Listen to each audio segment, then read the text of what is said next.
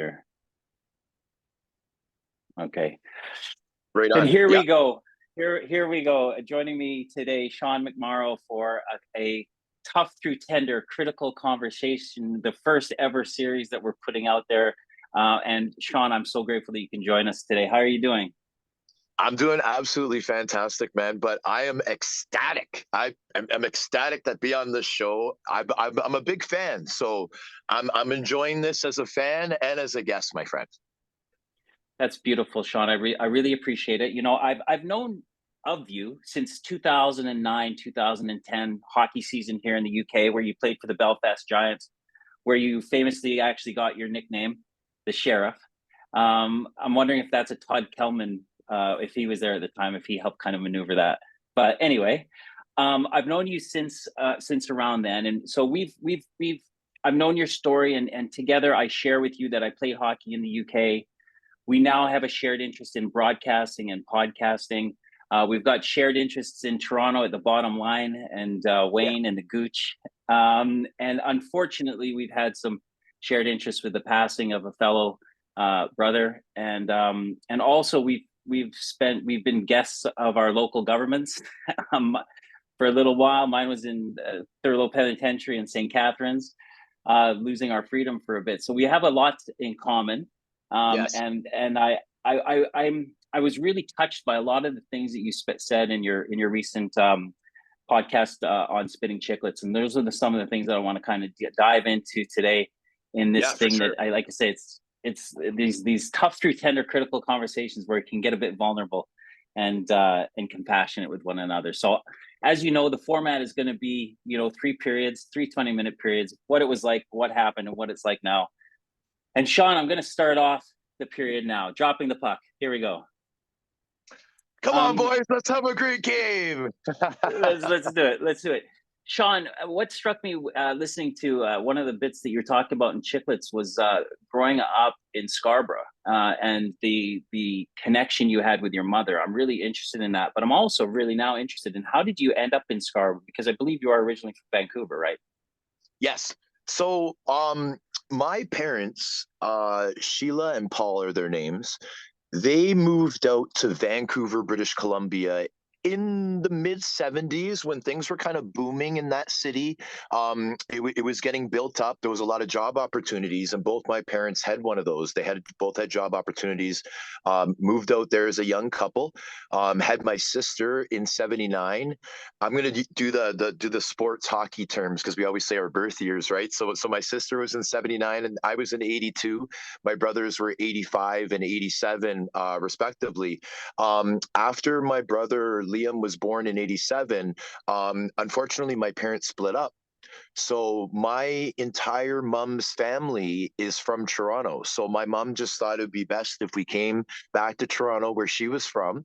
So it was my mom and the 4 kids, me and my 3 siblings, and this was probably in 1988 when we came back to Toronto. So since 1988, since I was 6 years old, I've been living in Scarborough, a suburb of Toronto. So you were 6 years old, and your family, your mom and dad split up. What was that? How did that feel at the time? You're only 6, and I know I've got a 6-year-old in my life right now, and their Yeah. level of comprehension and love for a mother and a father is quite high. They really need that connection. What was it like for you to lose that connection with your dad? Yeah, so I remember like my mom did it very well, and what I mean by that is how she told us like what was going to happen. Now obviously my 2 younger brothers were too young to speak about that, but my sister, she was 9 years old and I was 6 years old, right? So I remember my mom, um it was a day that was, I don't know if it was weeks before we left or a month or whatever, but it was a time before we left, and it was a time where it was only the 3 of us that were home. So I'm not really, she must have planned it, where we'd have some privacy. And I just remember being in the living room and her saying to me and my sister, we're going to be moving to Toronto, and your dad's going to be staying here pretty much. Like she probably just said it like the nicest way she could probably.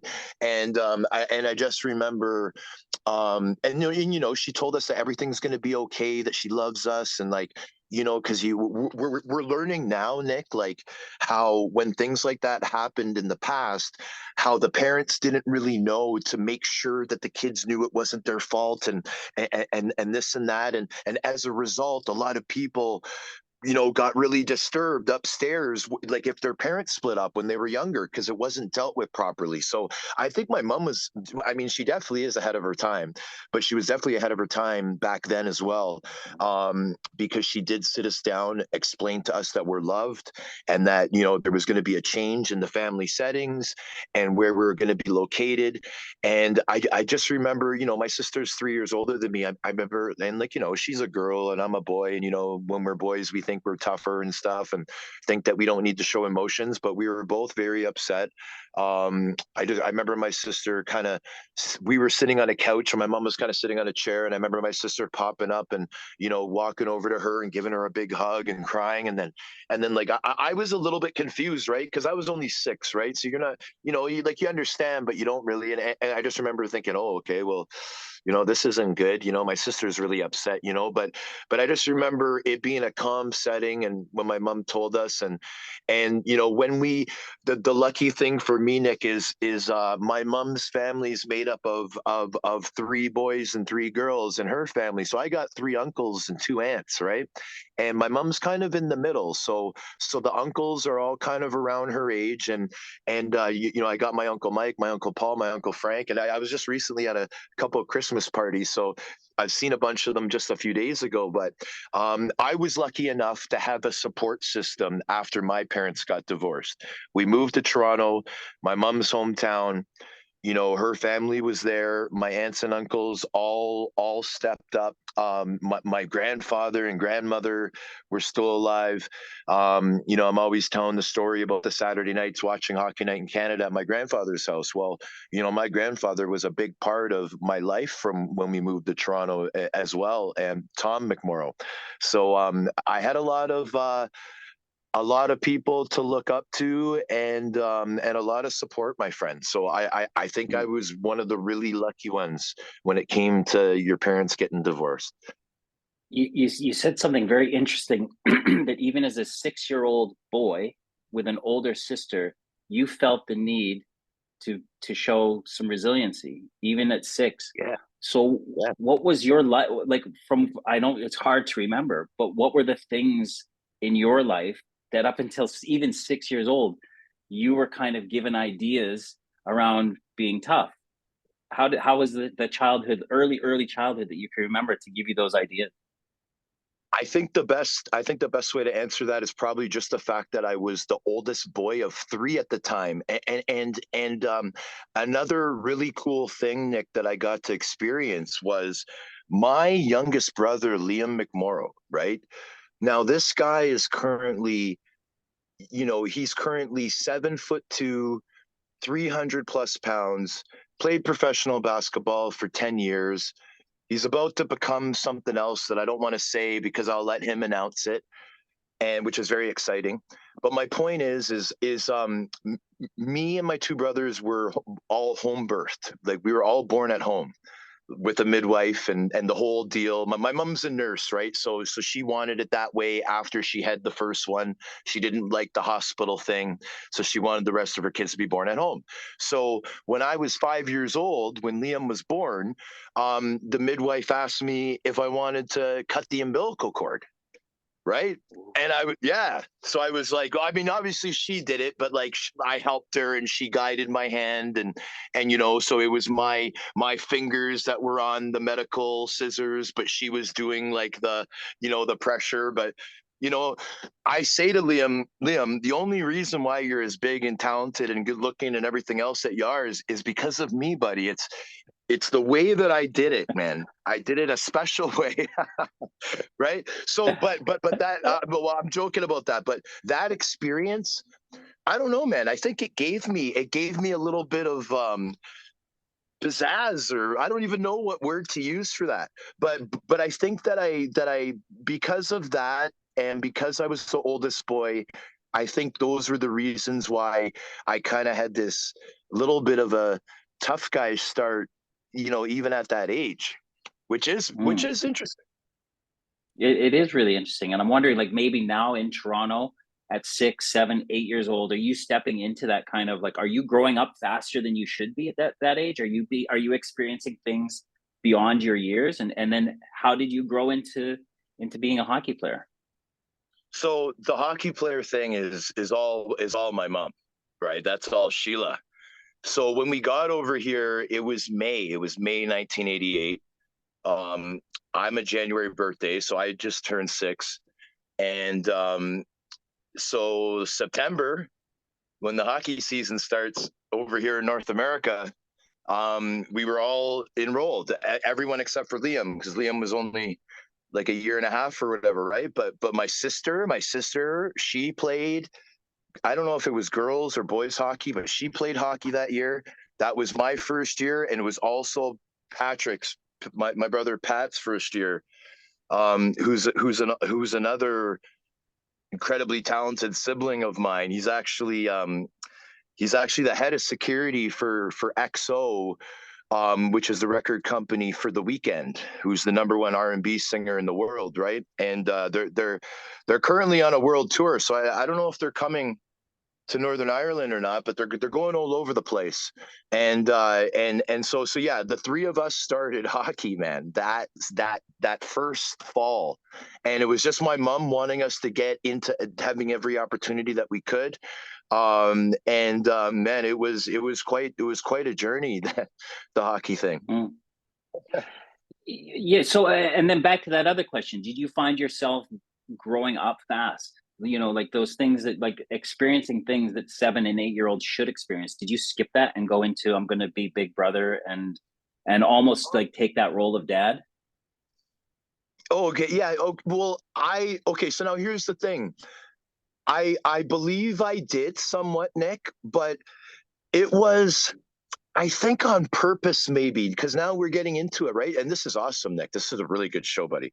Um, so I think my mom got us involved with as many things as possible to try to help us develop extra skills because we didn't have our dad with us. I think that may have been the reason. And I'll tell you some of the things that I mean by that. We went to a lot of camps, like sports camps, summer camps. We were obviously doing the hockey thing from the first opportunity, the first year that we were in Toronto, right? So we did so many extracurricular things, Nick, and got to be able to develop skills like meeting new people and being able to get along with them right away. Like, you go to a summer camp as a kid, as a 6 or as a 7 year old. So let's say it's like a YMCA camp or whatever. So you go to the camp, you're 7 years old, you're miserable because you want to play Nintendo, and your parents are making you go, but you go, and you're meeting this new group of kids, and you have no idea who any of them are. And by the first hour, you're now best friends with half of them, and you guys have a whole week of incredible ventures and going on walks and learning about snakeskin and being able to portage canoes and doing all this crazy stuff when you're young, right? And the other kids aren't doing that. You know what I'm saying? And then on top of that, you're now starting hockey, and all of us. Okay, so I wasn't the best. Pat was the best. My brother Patrick, he was a incredible kid athlete. Okay. And he was the best when we were young. I was good, but I wasn't like Pat. Liam was good, but he wasn't like Pat. But we were all good. My sister was phenomenal, girls hockey player, and she played with the boys a lot. And I got to play with her on our elementary school team. We were defense partners. She's in grade 8 and I'm in grade 5. The first year that our school had the hockey team, so that was pretty cool as well. But yeah, man, now that you got into that, you opened that up. I think she got us involved with just as much stuff as possible. Like, I don't even think it would have been possible to do more things than me and my siblings did. Like, if you looked at a Mm. calendar of a summer, and like hockey like took up a lot, but then everything else was filled with like these elite sports camps. And I know my mom enjoyed the little bit of a vacation when we were all gone, right? Because she's 4 kids, and she got remarried when I was 13, Nick. When I was in grade 8, she Okay. got remarried. So there was, I'm trying to think of how many years, from 6 to 13. So that's 7 years. So it was 7 years um, before my stepdad Ernie was part of our family. So, That was a long what was answer, that? by the way, from No, your no, original it's good. question. The thing is, Sean, is that what you're saying is so familiar to me right now because I'm going through these things. So it's a podcast about this conversation, but I also want to learn some stuff here. I hope you don't mind because But your those are the best experiences are shows, help. Nick. Yeah, your experiences are helping me because I'm an Ernie. I'm a stepdad. And I Yeah. want to know what was it like for you at that age of 13 to have another man come into your life where you've all of a sudden been you know for a few years you were alpha guy, you were like the guy, and then all of a sudden Ernie comes in and he's got this love with your mom, and then how did that make you feel? Well, I'll tell you one thing. Um, it wasn't easy for Ernie. now that I'm now that I'm older, I just realized. I mean, the way that it was set up, Nick, is it's like, okay, so you have to imagine like myself, Patrick, and Liam were all Mm, playing AAA hockey. Okay, yeah. so like that, and like I know that you know what that means, and how crazy and competitive that level of hockey is in the city of Toronto. Probably, it's probably the most competitive city for hockey, like for kids. And then when I say AAA, I'm talking about, which is the GTHL now, that used to be the MTHL, and it's like a little NHL for kids in the city of Toronto. That's pretty much what it is. And me, Pat, and Liam we were all good enough to be there, right? Pat was like the same as like Anthony Stewart and all these other guys that ended up going to the NHL, like way up until he was like 12, 13 years old. Like he like my brother was incredible, and he actually helped me because his team, and Anthony Stewart's a family friend of ours that ended up playing 300 games in the NHL. Um, current broadcaster for Sportsnet. My brother Anthony Stewart and Rain Carnegie, who's the grandson of Herb Carnegie that just recently got inducted into the Hall of Fame. They were all on the same team, and this is 30 years ago. Okay, because I'm 40 now, and my brother's 37, right? So this is 25, 30 years ago, where you didn't see any brown or dark skinned faces on the ice, right? So it was very rare at like 25, 30 years ago. So now me, as one of those young brown dark skinned faces on the ice, I'm seeing my brother's team with three three light skinned brothers, and one was a defenseman, the two were forwards, and like they were like the three best guys on the team, and that made me feel comfortable because I was able to see it and know that it was possible, and know that if my brother is that good in AAA, then so can I, even though I was older than him. It was a very weird dynamic, but it worked.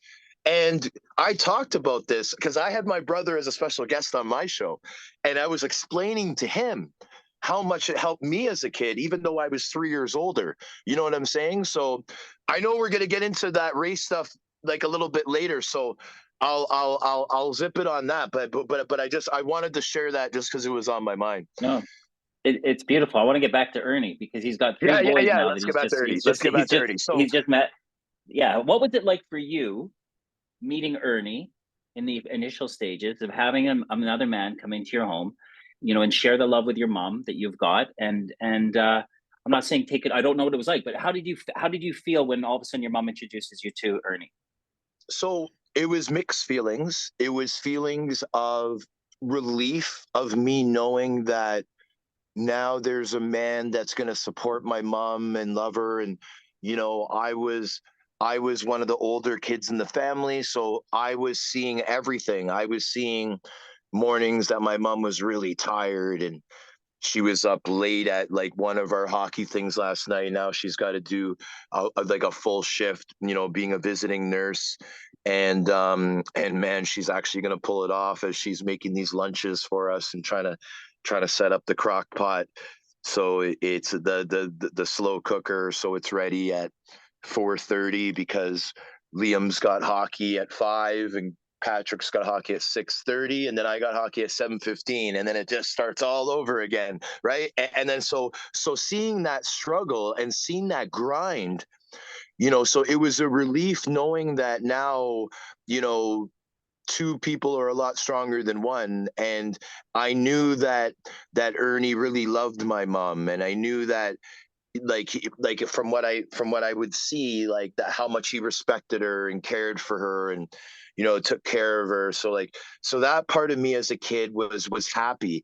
But then unless it's like Dwayne the Rock Johnson, most sons are not going to be impressed with another guy with their mom. They're always going to want, deep down, they're always going to dream that it could just be their original family. But I mean, you're saying what you're saying. I mean, I'm dating an incredible woman that has an 18-year-old son, right? So I feel you, right? Mhm. And then you're trying to hear me. You might not like everything that you're hearing, and it's not that's not 100% though, Nick, either, right? I think it's the majority, but it's not 100%. But Mhm. but like with us, it was like, you know, the other thing is that Ernie's not like the biggest athlete either. My mom's 6 feet. Ernie's probably like, he's not a short guy, but Ernie's probably like, 5'11" and a half, 6 feet. But like my mom's like, a little bit taller. And, we're all really big kids and we're all into sports. And Ernie likes sports, but he's not like, he's not the same of us as like being like big guys and, athletic builds. And you know what I'm saying? Like he's a little bit different, right? So like, I mean, out of the three boys, I probably got along with Ernie the best. My brother Pat, like it took him a while. Liam was kind of like in the middle, I think. My sister, I think it was a different experience for her again because she was the daughter, and I think my sister was like the most probably easygoing with Ernie out of the four of us. Mhm. Um, but so it was definitely mixed feelings, Nick. Like I was very happy for my mom because I know how big of a struggle it was to have the four kids, and being a single mom for that long. My mom made a lot of difficult and hard decisions that ended up being really good for us. And yeah, I think that it was only positive for Ernie to come into our lives, even if it took us a while to kind of warm up to him. I'll end this first period with this question. I've listened to you talk now, and what's come to my mind is that thinking about kids today, and thinking about kids even when we grew up, and what kids need to they need love, right? And they learn by seeing, not by telling, by being told what to do. So, what were the things that you saw that you can remember from 6 to the time that you meet Ernie and that you start to embark on your professional career? What are the things that you see that forms Sean of today? The things that you learned, your if you want to call it your toughness or your resiliency, but the things that were really impressional upon you, and can you remember seeing it to learn it? Oh yeah. So like, and that's such a good question, Nick.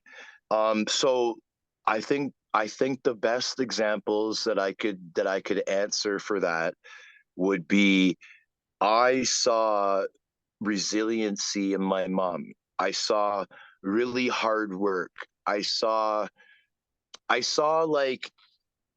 like I saw toughness in a way where we would go to arenas because like my mom would have like if my mom was always going right, but she had three boys in AAA, so maybe there'd be a day where she was taking Liam and Pat one after the other, but then I was getting a ride from a family friend that was on my team that we live close to, like Barb and Leo Tiano, for example. That's a couple. Mark Tiano was a player on my team. You know what I mean? But my mom was always going, and then it might be vice versa, where she's taking me and Patrick, but Liam's getting a ride. So like I would go. Let's say my thing was over, or we were going to Patrick's thing, and my thing was after, but I was with them. So we go into the arena. Do you know how many times I would hear parents say to my mom, Sheila, I don't know how you do it. I don't know how you do it. I wouldn't be able to do this. And they're only, and like I wouldn't hear the whole conversation. I would just be hearing that from a 6 foot dude, a 5'3" mom, the brother of the dad of the best player on my team. Like it was so many different people and characters that would say it, but they would all say it. Sheila, I don't know how you do it. So I knew that my mom was really tough. Now, what makes her tough? It's because she can do all this stuff for us. She dedicates everything to us. She wakes up early, stays up late, does this, does that. I don't even know the amount of loans and stuff that she must have got to, like, move money around to try to, pay this registration, get these new skates, do that. Like, there was always things going, right? So that's, to me, that's toughness. That's toughness, man. You're one tough cookie if you can go through life and give 4 kids everything that they need. You wouldn't even know. Like, if you met one of us at those camps, you wouldn't know if my dad was a doctor and my mom was a politician, and I lived in Forest Hill in the city of Toronto. You wouldn't know if that was a situation, or if I lived in the middle of some bad area in Toronto in Jane and Finch. Like, you would have no idea, because we had, well, that's not a good example. You wouldn't be able to tell if we weren't from the Forest Hill, because we had everything that we needed. Our clothes were all up to date. We weren't wearing you know what I mean? Like, I don't know how she did it either, but she did it. And to me, that's toughness. And that's what I saw as a kid. And that's why when I was growing up, and I was developing these skills of being able to adapt to different situations, to know that, things really aren't that bad. Like, when you learn how to camp outside and learn how to eat and make water clean to drink and be able to survive, and you're only 10 years old, you know what I mean? Because you learn that in a summer school. I think that makes you a little bit tougher too. So those things I was able to see and experience when I was a kid, right? And then I think that even things like that, Nick, like, I know it's a little bit off topic, but even when it came down to me having to decide if I wanted to fight or not, because I knew that that was going to help me get to the next level, I'm like, you know what? I have the strength, I have the ability. You know what I mean? I was born, I guess, with a little bit of a blessing. I got a pretty good chin.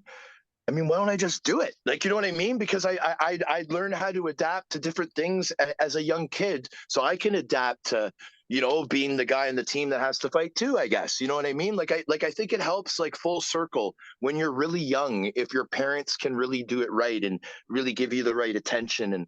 And I'm sorry for going off topic with that, though, buddy. No, we'll get into that, and I think we'll just end this period by getting it. Like, I already had your mom on a pedestal, but I'm sorry, her pedestal's just grown a few feet in my eyes. So on Mother's Day, I hope you give her an extra gift from me, because what an incredible woman to have done what she's done. So let's end the first period with a praise to your mom. Right on, man. Yeah. Okay. Sure, love that. All right. So this is our first intermission. What would you normally do during intermission breaks? So just a quick one. Yeah, I mean, I just like to. Well, you know what, Nick? It kind of depended if I'd already fought or not.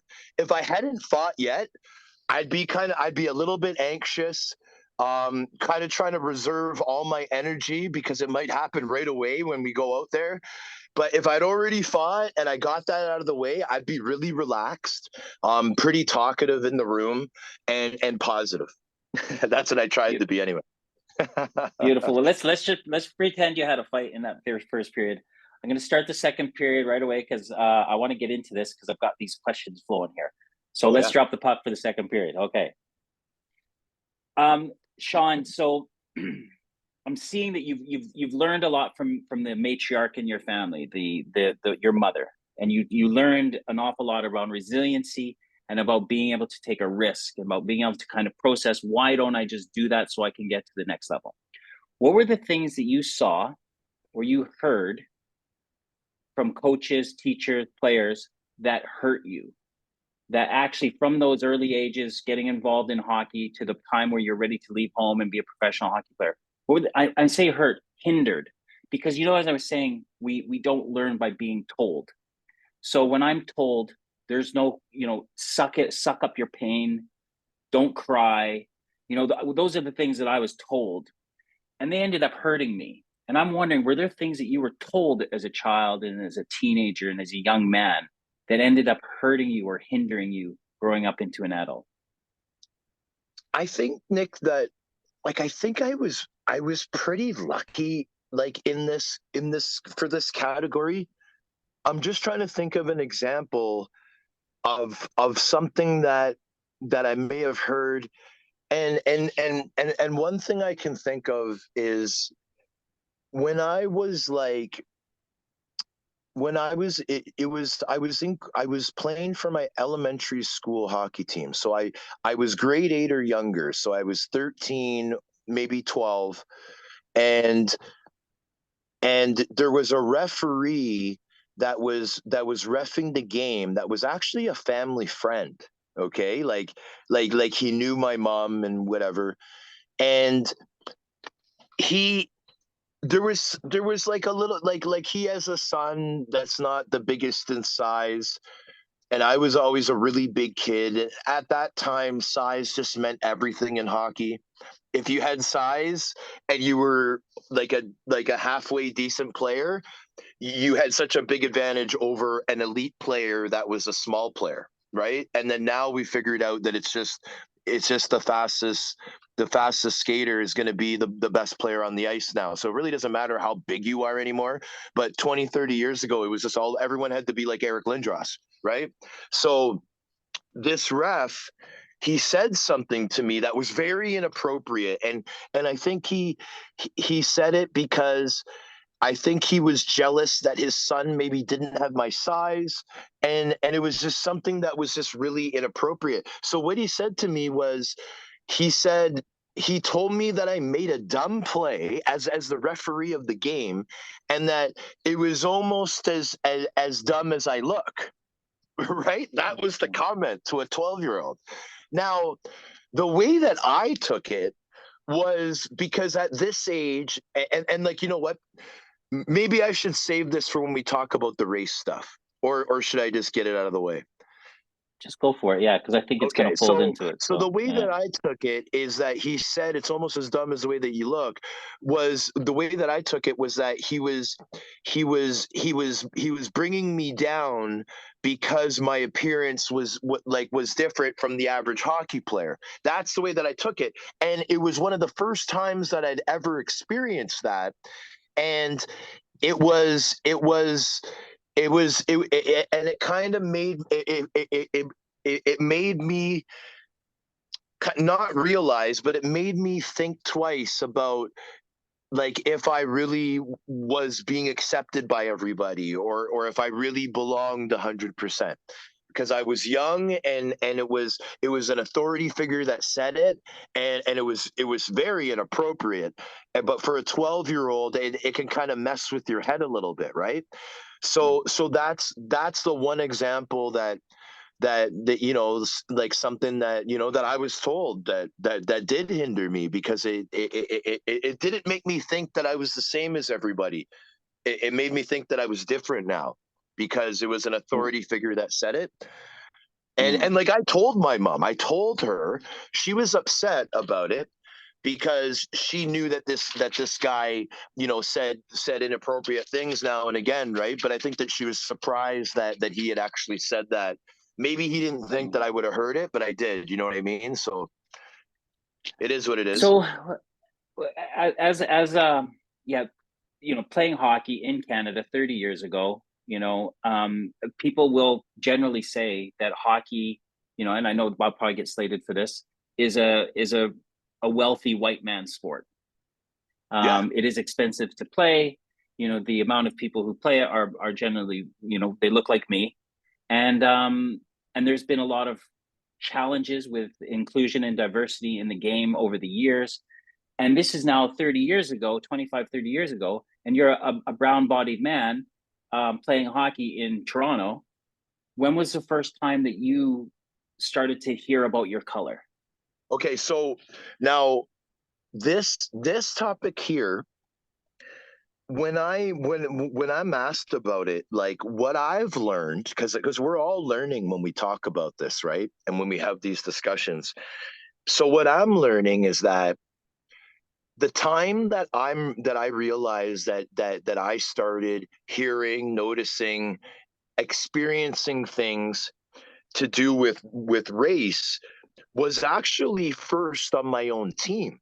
And I'll tell you why. Now, when we enter kind of like mid school, I guess, like grade 7, grade 8, grade 9 especially, because that's when, like, if you go through the Catholic system, that's where you go to high school. The public system in Ontario, the same thing. Grade 9 is when you start high school. And at that age is when you see kind of different groups being formed. You start seeing kids that start listening to the same type of music, start hanging out with each other, and then kind of like, don't want to say naturally because it's not, but you'll see, like, there'll be the pigments will be kind of similar too, like, you know what I mean, like, and this will be a lot when the new level starts, like in grade 9 in high school, and kids start trying to figure out what their identity is, and all that kind of stuff. The same thing happens in the hockey dressing room, because you're part of, like, if you're a AAA kid and it starts when you're 9 years old, before you go to junior, you're playing in the same league, same team. A lot of it's the same core of guys. Some like, the coaches will recruit new people. Some guys might get cut, but like, it's kind of the same guys for a lot of these teams. So it's almost like an after school program after your school. So everybody's the same age. You're going through the same changes. You're going through the same things during the day as other guys on your team. So what will happen is, at that time is when I started hearing comments like, "What do you mean, Sean? You don't like this type of music?" Or, like, you know what I mean? Like around that age, and kids just assuming that because my dad's black and my mom's white, but to society I'm a light-skinned black guy, which I'm very proud of the way that I look. Most mixed kids are extremely proud of the way that they look, right? Some of them a little bit overconfident, right? In our minds, we think we have the best of both worlds, right? So, you know, and for some of us we do, right? And so we're usually very confident, and I think that helps, because when people aren't familiar with something, they're not comfortable. People don't really necessarily like change because they get comfortable in what they are. So let's say we're 12-year-old team, and we're going to play a team that's in northern Ontario, in like some little city near Sudbury or something. And now you got these same age kids that are starting to watch things on the internet, trying to like identify with themselves, thinking, like, starting to believe in certain movements, or whatever it is, going through adolescence. And now they're playing against me. They've never played against a big black guy before, and you know what I mean. And they're just like, what the hell's going on here? I've never even seen this before. But it's because they're not. You know what I mean? So now you have to consider like an initial reaction from somebody that's never seen someone that looks like you before. And that's the other advantage, Nick, about kids like myself. Now, remember when I was saying we moved to Toronto because my mom's family's there, right? Well, my mom's family's all white. All my cousins are white. All my uncles are white. All my aunts are white. My grandpa's white. Everybody's white, right? But to society, I'm a light-skinned black guy. But I've lived my life through hearing how my uncles talk, how they think.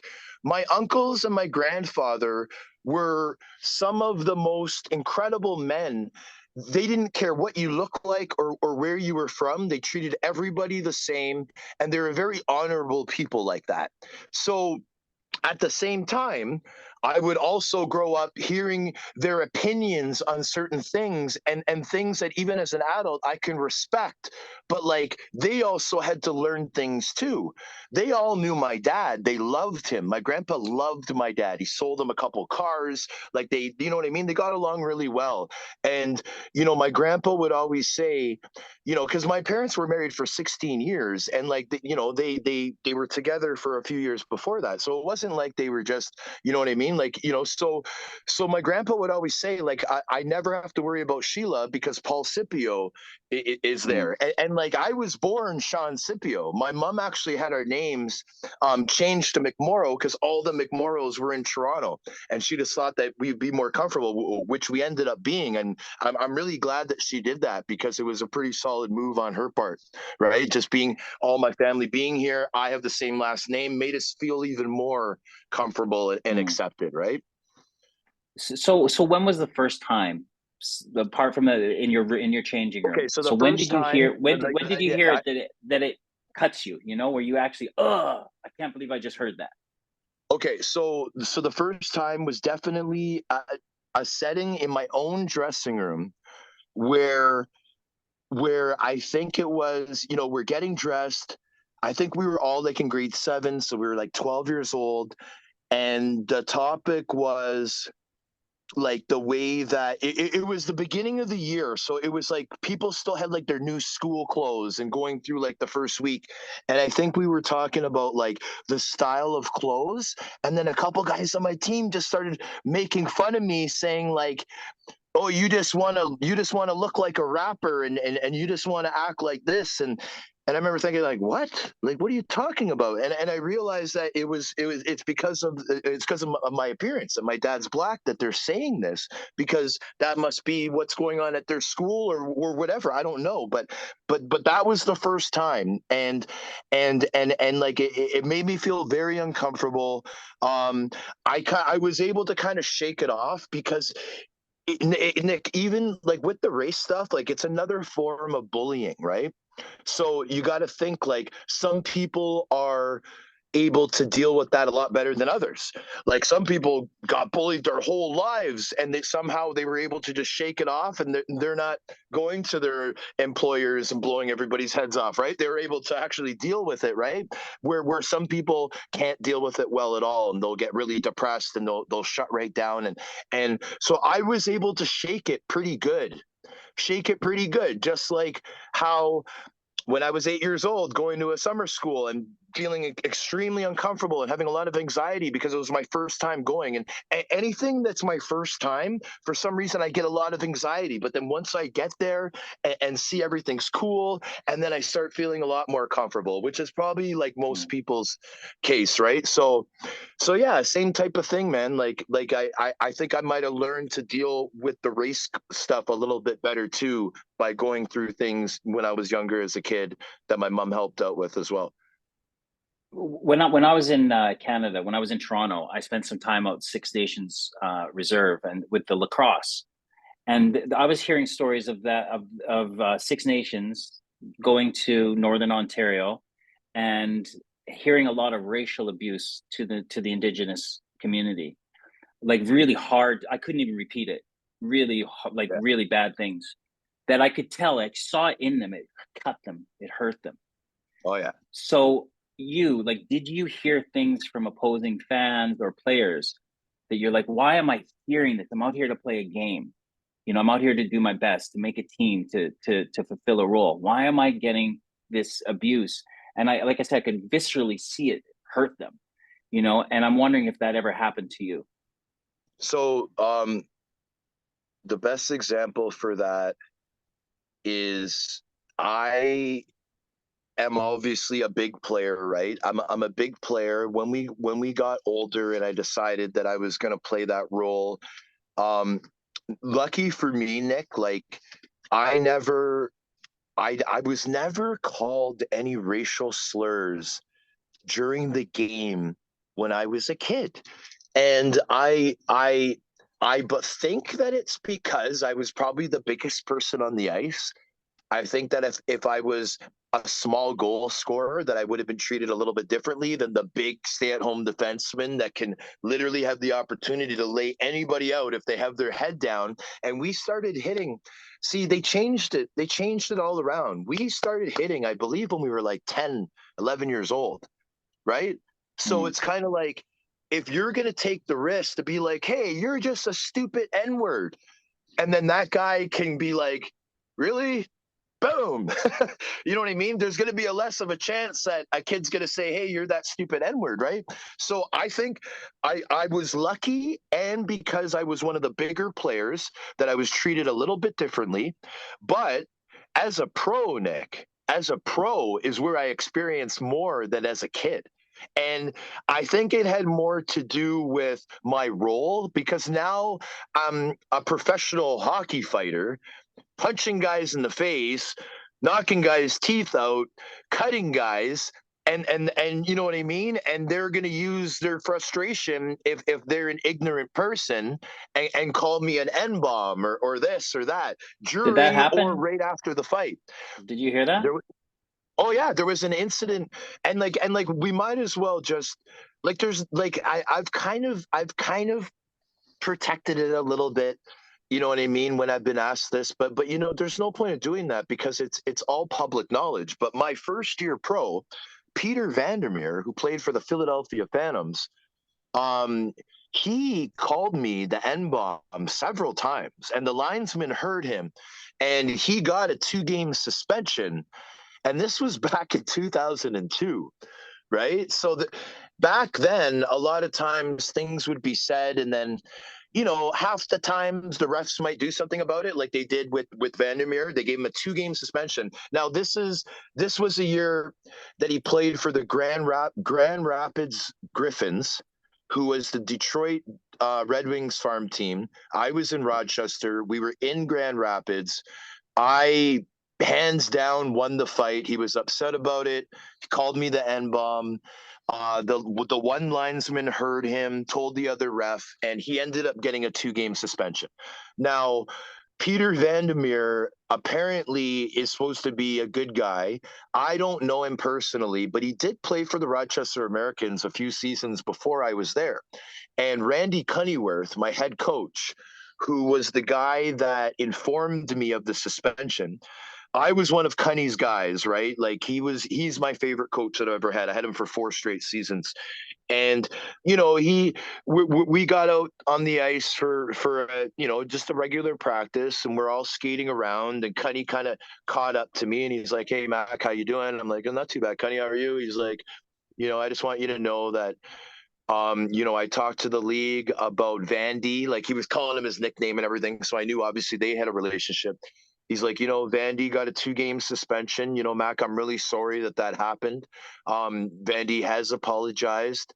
When he played here, he did a good job for us, and I was very disappointed to hear that happened. But I just want you to know that he apologized, and that's pretty much about it. I think Cunny just wanted to kind of just, like, tell me that there was something done about it, so I knew that I wasn't just invisible, but at the same time wanted me to know that he was very disappointed that it happened, so, like, that he had my back, and that he was surprised that Vandy would do something like that, right? Yeah. So I mean, On a completely other scale, I was once in an office looking for, trying to get a job, and the guy said, "Your the way you talk doesn't fit," implying that my North American accent didn't fit with the broadcasting organization. And in it, I felt like my heart. He just had his hand around my heart, like in that kind of the Razor the Lost Ark thing, in Temple of Doom, where he just yeah, felt it tight. I was like, "What?" And they even implied that I fake an English accent, right? And I'm like, I'm not English. I am me. If you like enough of me to be here, why are the one element that makes me me? Why don't you like that? So I felt it hurt. yeah. So I can't even imagine on the scale of being called the N word. You know, do you remember, like, apart from I imagine anger, do you remember actually tweaking you in the body anywhere? Like, did it hurt you? Did it make you sad, angry? Yeah. Um, I just remember like skating to the penalty box after the tilt, and like how it. I mean, hockey's so different now, but I guess it's the same after a fight. So you got your linesman kind of grabbing you a little bit, making sure you don't like pull away. I mean, I guess the guys wouldn't do that anymore, but they're kind of guiding you to the box. And then I remember just saying to him, "You guys heard that though, right?" Like I was upset. Like I won the fight, so I remember I was like pumped up about that. And you have like your own macho feelings after winning a battle, right? But then I felt violated because it was like a cheap shot. Like it was almost like someone like as if like both refs had grabbed me by accident, and then Vandermeer was able to like punch me straight in the face while my arms are being held down by both refs. It almost felt like it was a shot like that. So I was just kind of like I was upset about it, but yet happy about what I just did. And I was just like, man, you guys heard him say that, right? He's like, yes, I heard it. I'm gonna talk to my officials about it, whatever he said, right? Mm-hmm. So how I felt about it, I felt violated. I know what you mean though about there's like it's something. It's hard to explain. It's almost like when you have like a muscle spasm, like something like that, man. Like Mm. yeah, an Yeah. uncomfortable feeling comes across, and you know that obviously it was absolutely inappropriate and unfair that this has to happen. And on that note, I'm going to end the second period. Yeah, Okay. these periods are fun, buddy. Yeah, this end the second period. Okay, so little intermission break. I'll tell you this story. When I played hockey over here in the UK, a couple of guys would go outside for cigarettes and coffee for intermission breaks. I'm sure that doesn't happen nowadays. I'm wondering, did it ever happen in your days? Guys going outside for a cigarette and a coffee? Um, Only in the LNAH, the Yeah, Quebec League. yeah, I bet. I like to see. Well, I imagine that still happens in that league nowadays, eh? Yeah, I mean, Yeah, it just depends what team and who the coach is, but like yeah, that league's just different all around. yeah. Listen, Sean, let's start the third period. Let's get at this, okay? Hold on a Yeah, second. Okay. Puck drop. Here we go. Um, yeah. I'm learning an awful lot about you, and I'm feeling like I'm trying to I'm feeling your story and how you ended up to get to where you are today. And it feels a lot to me like you managed to find an identity for yourself in the hockey community that you feel very, very comfortable with. And as I mentioned at the beginning, you did get that nickname. I believe it was in Belfast, right? Of the Sheriff. Well, Belfast is where it really got embraced. Okay. Like All right. Belfast is where like before Belfast, I was given the nickname Nick from like a few years before that. I like But the that. only way you would know that is if I told you, right? Where Belfast, they asked me, and I told them the sheriff. Some people call me the sheriff, and they're like, "Oh," and they ended up making T-shirts. This badge, this badge I right see it. here, it was Yeah. made was one of the Belfast Giants badges that we would sell in little boxes, like little ring boxes. So even if I wasn't your favorite player, you could put this badge, which is a pin, on your jersey, even if you didn't want a McMorrow jersey. So yeah, man, we had stuff, and it really Yep. became something in Belfast. So it hadn't gone anywhere until Belfast.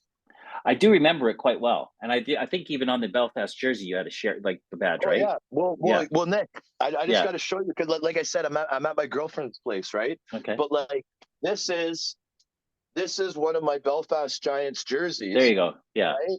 And then yeah, bro, this right here is actually the same as it, and we actually have a record with the Belfast Giants because there's no other player that has done that. Like, and I don't mean the sheriff badge. I mean, like a lot of the teams in Europe, they have this. Like, this is the Dundee Stars jersey. Hmm. They'll have like sponsors and stuff, like the Fona Cab in the Belfast Top Sports with Dundee. But the sheriff badge is a non-sponsored emblem. So apparently, I'm the only player to have a non-sponsored emblem on his jersey. Beautiful. Right? You've got a couple of records, don't you? You've got a Yeah. couple of things. But So I'm very so proud of them, but I'm sorry, I'm going off topic no, again it's for you, okay. buddy. It's the idea of the sheriff, the protector. You know, we know in hockey the enforcer, the guy. I mean, it is literally you putting a target on your shirt too. I mean, but I know as a fighter, like, oh, I suppose I want to ask you that. As a fighter, were you scared? Were you actually scared going on the ice sometimes, knowing that you're going to have to drop your gloves against guys you didn't want to, or even guys you did? Was it like, did you feel fear? Oh yeah. I was I would get incredible anxiety and fear before every battle. Um what I would do, Nick, to try to help that is it would start in the well, we didn't have a national anthem in Belfast, but it would start in like the beginning of the game when announcements are being made or whatever, right before the puck drop. And I would try to meditate a little bit and visualize, the toughest guy on the other side, what it was going to look like once we squared off. Like I'm trying to visualize it so I'm used to it. And I have a couple different options in my mind of what's going to happen. But what I was worried about, Nick, is okay. So here's my thing. I always tried to be a different type of hockey player for my first year pro. So I I believe, and the sheriff thing helps me out tremendously because it actually puts me into the character. So I believe that I am a character that represents my team, my city, and my fans. And I try to do it at a better rate than anyone else in hockey. So that's where all the records come in because I'm trying to do it like definitely every game, but like also like whenever it's needed. Mhm. And then so it'll come to a point sometimes where like there was points in Belfast where I was doing so well that I didn't have to worry about fighting Mm. because the guys just had absolutely no intention of challenging me. So it was almost like I could almost have fun with it Mm. and I could just like actually play the game the way I wanted to and just go out there and just maybe try a saucer pass because nobody is going to hit me, Nick. I would play against some teams that I would rough them up so much the game before that they literally knew that if they came and even body checked me, that there was a chance that I could grab them, and they were so feared of that it actually worked to our team's advantage because all their minds were on what I was going to do, Mm. and then boom, we're up 2-0. And then there's no way they're going to come back because we have all these great players on our team. I'm going back to you being like anxious, during at the beginning, like, and that fear. Do you think it's healthy for a person to feel such anxiety? I know some guys that would puke before periods, knowing they'd have to go out and tilt. Do you think it's healthy for somebody to feel that kind of fear and anxiety in their body, which can create deregulation of flow? Do you know what I mean? It could Yeah. hard like you tighten up on your stick, you're not going to flow. Do you think it's healthy to have that feeling to then go along with the adoration of being a sheriff and filling that role? Like you say, you love to fill that role, but was all the anxiety worth it? Like, was it a balance, or did it actually create a lot more anxiety and fear in you than it was actually worth? Okay, so it's definitely not healthy to feel the things that I was feeling. Definitely not. I remember, Nick, like there'd be some like I was always okay. So I get the best way to put it because like people are listening to this and like they're really trying to understand like what we're saying, right? So I'm trying not to be too complicated. I was always willing to do it. But the thing is that when you're competitive and you're trying to like win a championship or like when I was in the AHL, they would have these stat packs of the top five. So if you're in the top five for fighting majors and the top five for penalty minutes, you want to stay in that top five. You want to be number one, right? Because that's how they would kind of like rate the tough guys. It's like the majors and the penalty minutes. So I always wanted to get one in, but like there'd be times where like it'd be the third period, Nick. There'd be 2 minutes left. It's a 2-1 game, and then your team goes down 3-1. and there's 1 minute left. So now it's like it was a 1 goal game the whole game. Now it's a 2 goal game. Everybody knows it's over now. So it's like, all right, McMorrow, whoever else. So now you got to go out there. And it's like, let's say you've already fought. Like, I've already fought, but now I'm out there, and it's like, fuck, we're down. Sorry about the swear word. We're down 2-0. We're down 2 goals now. So now we gotta send a message. Message sending time is what they used to call it. We might lose, but we're not gonna make it easy for them. Right, McMorrow, get out there. It's like, okay, I guess. Right, so then you got to go out, and so now it's kind of like, so now you're feeling the anxiety, because it's like, if I don't get something done, I'm going to get in trouble. But then you don't want to be dirty and just sucker somebody and make them fight. So you might be like, come on, man, let's go. And they're like, no, man, we're up 2-0. I'm not going. You get out of here. And you're like, come on, man, I need you to go me. Right, they'll be like, no, like, F off, McMorrow. I'm not going here. There's 20 seconds left. Right. Mm. So then it's kind of like, okay, so what do I do? What do I do? And then it's like, okay, I don't want to hurt him. Okay, I'm just gonna grab him and just throw him down. So then it looks like to my coach that I'm trying to get him to fight, but I know this guy's not going to get hurt. I know this guy. I'm going to have to play him 3 or 4 more times. I don't want him to cheap shot me. But what am I supposed to do? That's anxiety, right? And it's not healthy. No one should have to go through that. I guess there's different ways of getting it when, like, I don't know, if you're down by a goal and you're the top goal scorer and everyone's expecting you to score, like, but like this with the violence, it just seems like a little bit more anxiety, you know? So yeah, it's a game within a game. It is, and you've made an absolutely amazing career out of it. You know, you are the sheriff, and you have evolved your life, your career, everything you've known as an athlete and as the oldest son of a family of some amazing people. And I know the end of a playing career always comes. You know, a player career always comes to an end at some point. When did you have to start to face, phasing out of playing and into another life, we'll say? Yeah. So back in 2016, Nick, I'm playing in for the Marquis de Jonquière in Quebec, and I get a call from my team saying there's an author that wants to talk to you. He wants to interview you for some book. To make a long story short, it ended up being Ken Reid, okay, Sportsnet, and he's also an author, has some great books out there. I'm sure you've read a couple of them, and it was a book called One Night Only, about players that played one regular season NHL game. And, it might be a situation like me where I'm an 8th rounder and it was a long shot, but I was able to get my game. Or it could be a situation where it's like a 1st-round pick that was just a big bust. And, like, what was the reason why he only got one game? And you know what I mean? But he had this book of about 20 players. Very interesting. Don Cherry only played one game too. So he's in the book. And so he interviewed me for that book. We had about an hour conversation. I talked very similar then to how I do now. So he was kind of like, you know what, Sean, I think you'd be a really good fit to be like an NHL analyst or something. And you know what, when your season's over, I know you come back to Toronto.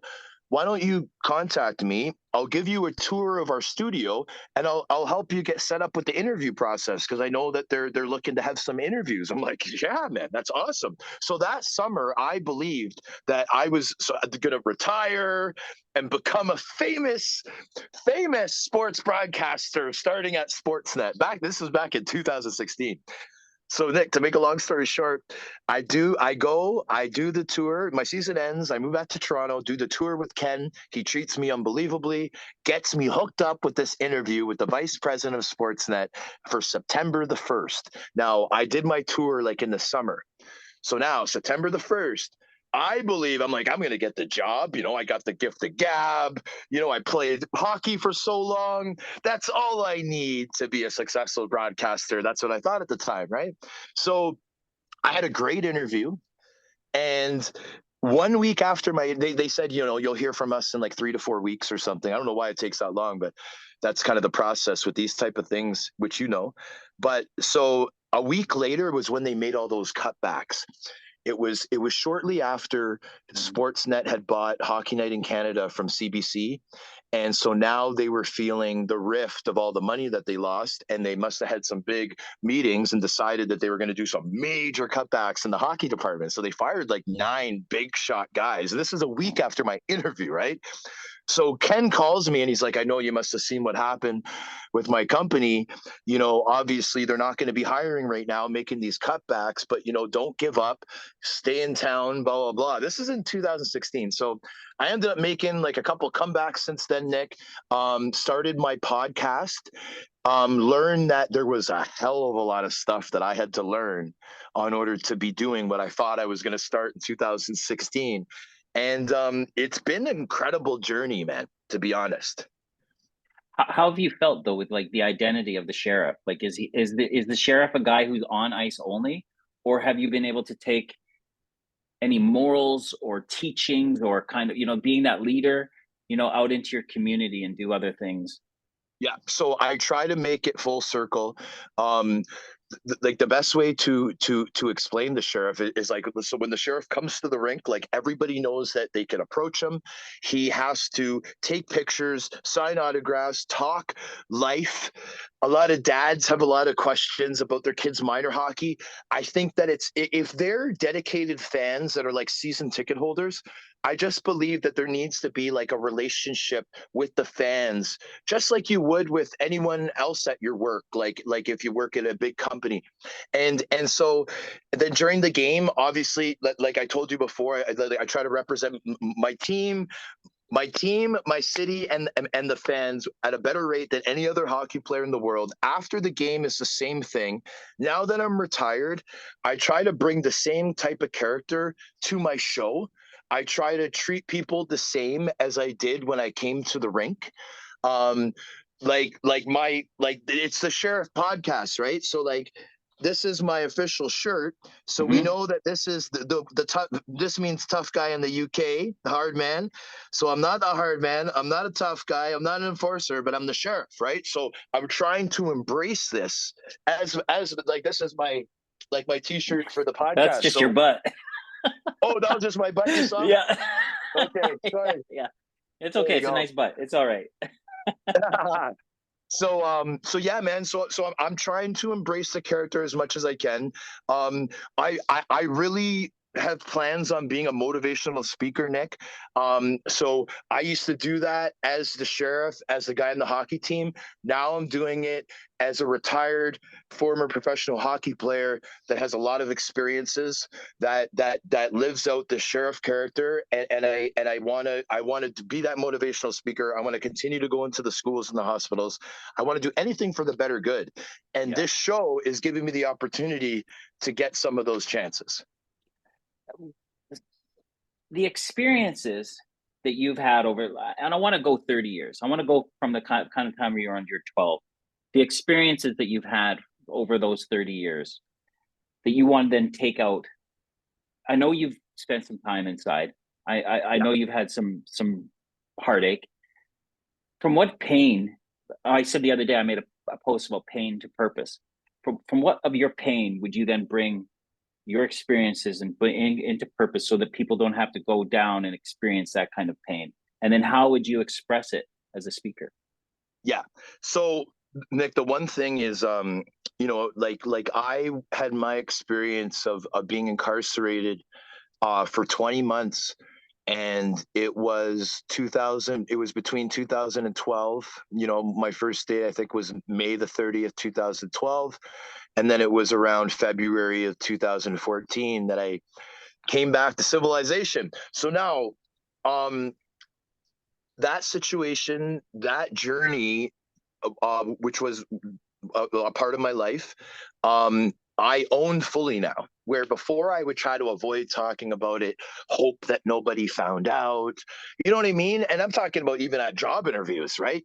So Mhm. like now it's like I want to be the best motivational speaker of all time. I want to be able to change people's lives. So how am I going to do that?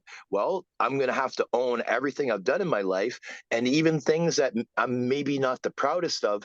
I need to talk about that and tell people how I learned from it, how I got through it. what I did while I was there to make myself a better person, you know, and how people could avoid having to go through that. And to answer your question, I lost everything, man. Like I was engaged. I was engaged when I went to jail. Obviously, I'm not married. That didn't work out. I was, I believe that that situation really deterred me from having an opportunity to playing more games in the National Hockey League. It has still to this day um, deterred has eliminated me from crossing the U.S. border, where I Mm-hmm. had a great career in Rochester, New York. I should be going to every year. I should be going to all this alumnus stuff. I can't even go, man. I can't even go to Rochester, man. Where I won 2 Man of the Year awards, right?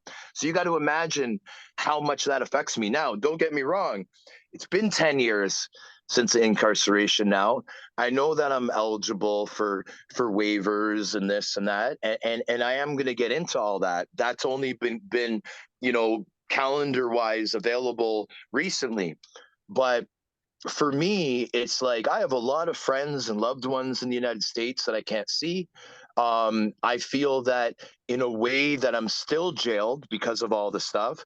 Like there's been times where like there was when I was gonna host Ice Wars, there was an option to have a flight, but it went through the states, and I had to change it because I would have got in trouble if there had to be an emergency landing, and you know Mm. what I mean. Like it's really bizarre that I have to go through all these things for a marijuana conspiracy charge that they said was based from '03 to '05, and we're in 2023, and this is totally not the point, but cannabis is completely legal in Canada now. So it's very bizarre for me, Nick, Mm. to have all these restrictions.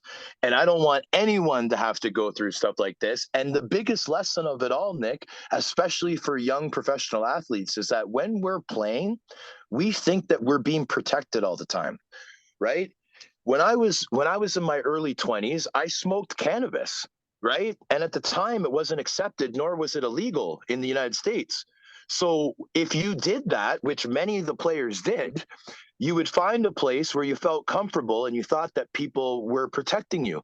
And like meaning like not going to tell people that you're there, not going to take pictures of you, not going to whatever, right? And I developed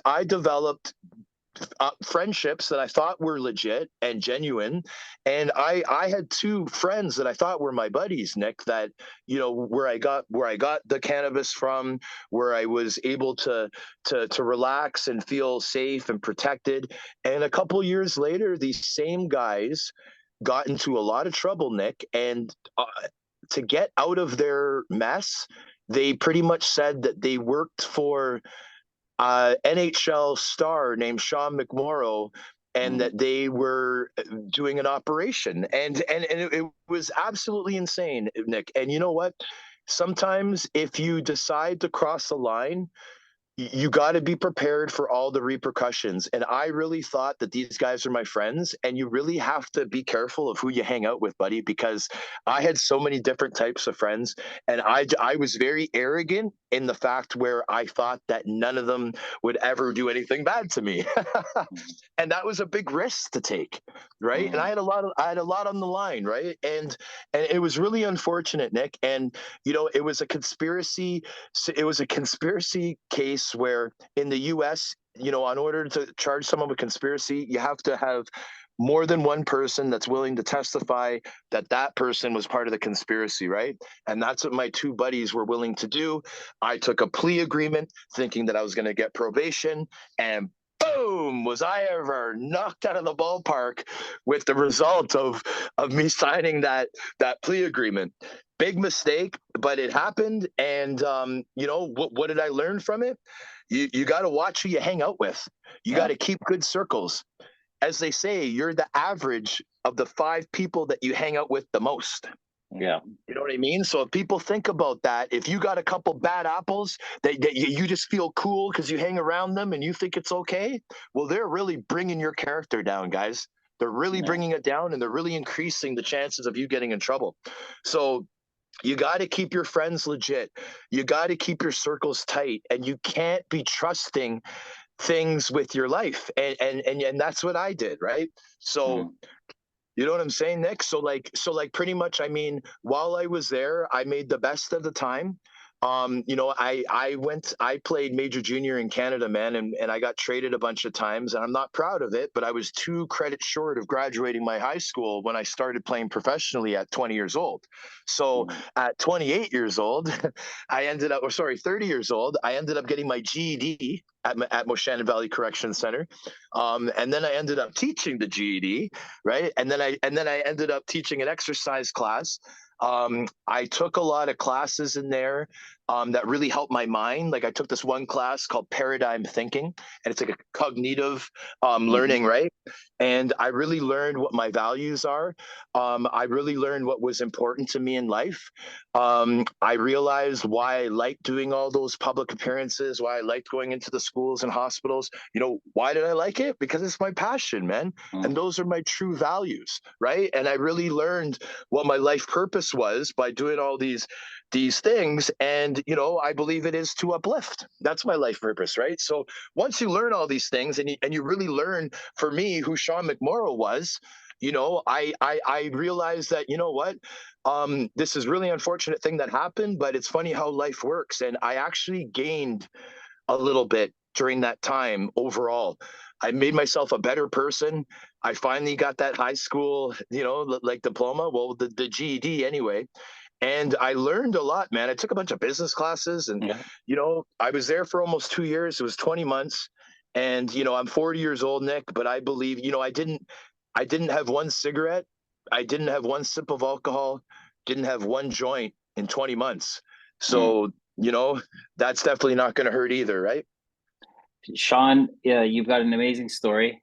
I'm gonna end the third period on the fact that you found purpose in your life. Your resiliency, born of the love of a mother, the matriarch that has given you this idea of resiliency. And I love what you said earlier of like, why don't I just try it? If it's out there, and yes, it was a hockey fight, but it's something that is it's a hurdle, it's a challenge. Why don't I just try it? And I think if you keep that focused in your mind of why don't I just try it, that's all we can do is just keep trying. So we'll end the third period there. But I do have an overtime question for you that's been kind of bubbling away. I've heard you speak a couple on Chicklets here. I've listened to a couple of your casts. You've got a lot of energy. You've got a lot to go, right? And I think about this kid who's 12 years old, who hears from an authority figure as an official that you don't fit in. And you have this kind of little feeling. And then you grow into this man where you find a role of being able to fit into a team. And you said earlier you found a character that is the sheriff. It seems like what did fear drive you, the fear of not fitting in, to forming a character of the sheriff? And here's the tough question. If the sheriff is a character, who's the real Sean? Okay, so the first question, 100% it was to fit in, because I always felt that like I had to be like a little bit better than everybody, or like if I made a mistake, that it would be magnified larger. Um, I always kind of felt like, you know, there was like for some reason I always thought it was important to like shake everyone's hand after the games, even as like a 12-year-old, 13-year-old, like the parents and stuff. Like when I'd come out with my bag, I'd be like, hey, how's it going? I always felt that there was like a small group of parents that just didn't like me for some reason, and I had to prove to them that I was worthy of being on the team. Like that's how I was thinking as a kid, right? So the sheriff thing, 100%, like this authority figure and better rate than anyone in hockey, and you know all that kind of stuff is like to just to ensure probably, right, like deep down. um I think that as a kid, the sheriff was somebody that I always wanted to be. The sheriff was like as a kid, um I was a big Hulk Hogan fan. You know what I'm saying? Like, I'm a real American fighting for the rights of every man. You Mm. know, like he's fighting for everybody, man. He's Hogan. He's Hulkamania, right? So I think I took a little bit of my Hulk Hogan. You know, I took a little bit of like guys like, you know, Fresh Prince of Bel-Air, Will Smith, like just little people, and I kind of put them all together and created my character. And I think that Sean McMorrow is like the sheriff's coach. That's who Sean McMorrow is. He's the guy that Okay. guides the sheriff. The sheriff is the character for certain businesses and stuff, and Sean McMorrow is the guy that coaches him, that has the leadership skills and that tries to apply it through the sheriff. How do you talk to the sheriff? How do I talk to him? Like very motivating, and nice. Okay, so one of my all-time heroes is Rocky. Yeah. Right on, Balboa. Yeah. So what I learned about Rocky in my journey of tough to tender, or tough through tender, resiliency through compassion and vulnerability, is that Rocky, the show is about love. It's not about him fighting Apollo or Clubber Lang or Ivan Dragoff. It's about love with Adrian, and Yeah, also him. Every time he fights, I know there's that big scene on the beach before he fights Clubber Lang with Adrian, and he's like, I'm scared. He just says that he's scared, and it just pulls through me all the time. And where he's about to fight Ivan Dragoff, he says, "If I die, I die." Like, he's really vulnerable. Is Sean teaching Sheriff? Is there any vulnerability, saying it's okay, Sheriff, to feel a bit of fear? And I got you, brother. I got you. You're going to be okay. Does Sean talk like that ever? 100%, 100%. There's a lot of I'm trying to think of the word. A lot of like safe, like it's not the right word, but it's like a safety net kind of. You know, that there's just letting them know that everything's going to be okay, because honestly, when I was younger, I really wish that maybe that, like, if I had an older brother that was 3 4 years older than me, like how Pat had with me, like I think that little extra like motivation of, don't worry, man, just try it out, do this, do that, like would have helped me out a little bit more, right? So I as an adult now, I try to apply that to these characters that I'm embracing. That's beautiful. I think I've said it before, but like, if you were to be Sean today and then see the Sean at 12 who heard that, what would you have said to him? Oh man, I would have just said, I would say to him, just try everything. You're good enough for anything, and keep your head up and run as fast as you can. And Sean, today, I hope, I'm sure in your evolution and growth as a man too, that you always have a safe person to be able to say, "Hey, I'm telling the sheriff to not be scared, but maybe I'm feeling a bit of fear myself, because I That's know right. that fear can drive me into some very dark and isolated places, even today." And I think that, I'll say this to you, that you've always got somebody to talk to in London, England. If you're ever feeling a Yeah, little bit buddy. scared about anything, man, you Yeah, can man. always reach out. Let's hold each other through this time. Let's elevate each other like your mother on that pedestal, right? Yeah, no, I appreciate it, Nick. I know we're gonna know each other for a very, very long time. And I really appreciate you, buddy. And this has been like therapy for me, this show. I wasn't even a guest today. I was a client just getting therapy. You're an amazing man, and yeah, we'll end it at that. Thanks for joining me, Sean McMorrow. Enjoy the rest of your day, and thanks for joining us, and thanks everybody for having us. Woo! Thanks, Nick. I appreciate it, buddy. You're the best. You too, buddy. Thank you.